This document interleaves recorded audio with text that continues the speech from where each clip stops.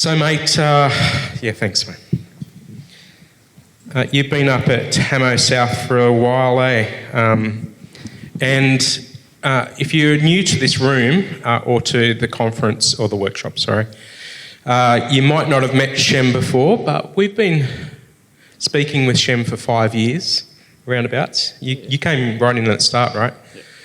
You were planting a church at that time. And I remember, some of the early stories about how you got there, just doing pizza ministry to people, sharing the gospel with them, having chats with them and getting involved in their lives.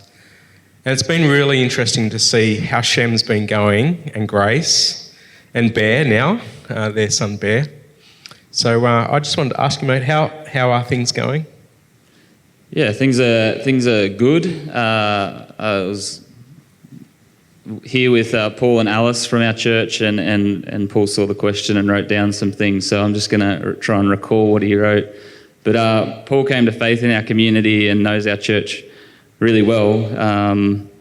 He's been discipled there from the beginning, and he wrote, it's rewarding, difficult... What else do you got there? Faithful, slow, difficult, rewarding, sanctifying, Jesus-centered. There you go.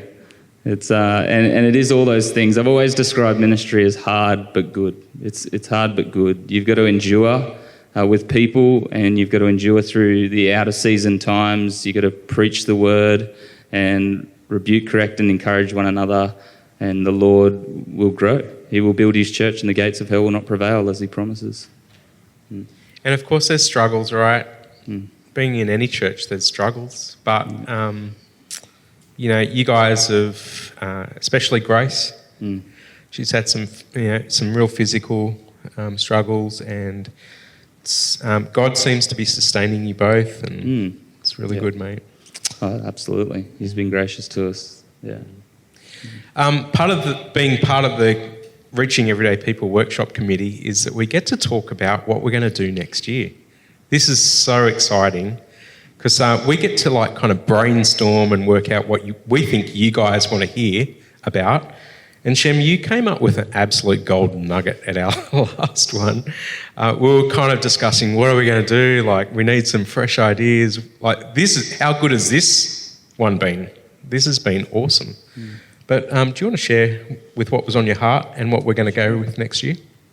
Yeah, so I think I've been thinking a lot about church as a slow, steadfast ICU sort of unit rather than the big, fast and famous model that has been around probably for the last few decades.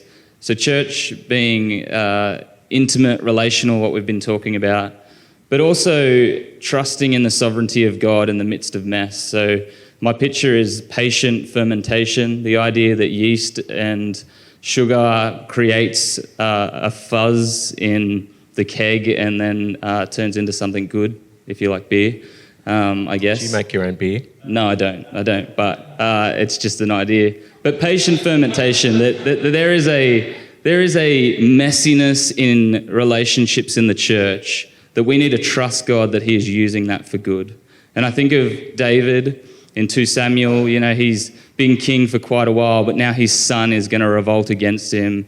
And as some guy starts cursing David while David's once again fleeing from Jerusalem, he says that this bloke's cursing him, and Abishai goes, I'm going to go and kill him. And David says, no, this is the Lord's will. This is me paraphrasing. This is the Lord's will for us.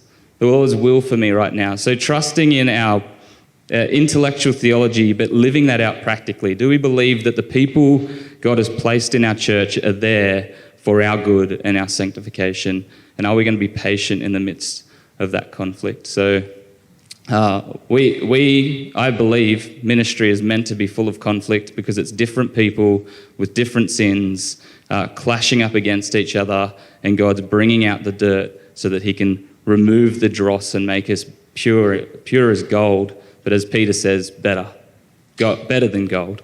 It's our faith that will last forever. So, yeah, patient fermentation, enduring in the mess, I don't know. We'll come up with a better. We may have slogan. to shorten that for the sake of the brochure, I reckon. I don't like catchphrases. Yeah, so I know you don't. That's right. We'll You can make do one that. anyway. You can do that. Mate, that speaks directly to the heart of churches in hard places, right? Or to everyday people, because, look, I work in a middle-class church. Lots of us are middle class, okay?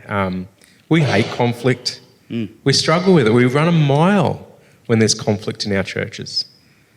But there's no escaping it in your church, right? No, not at all.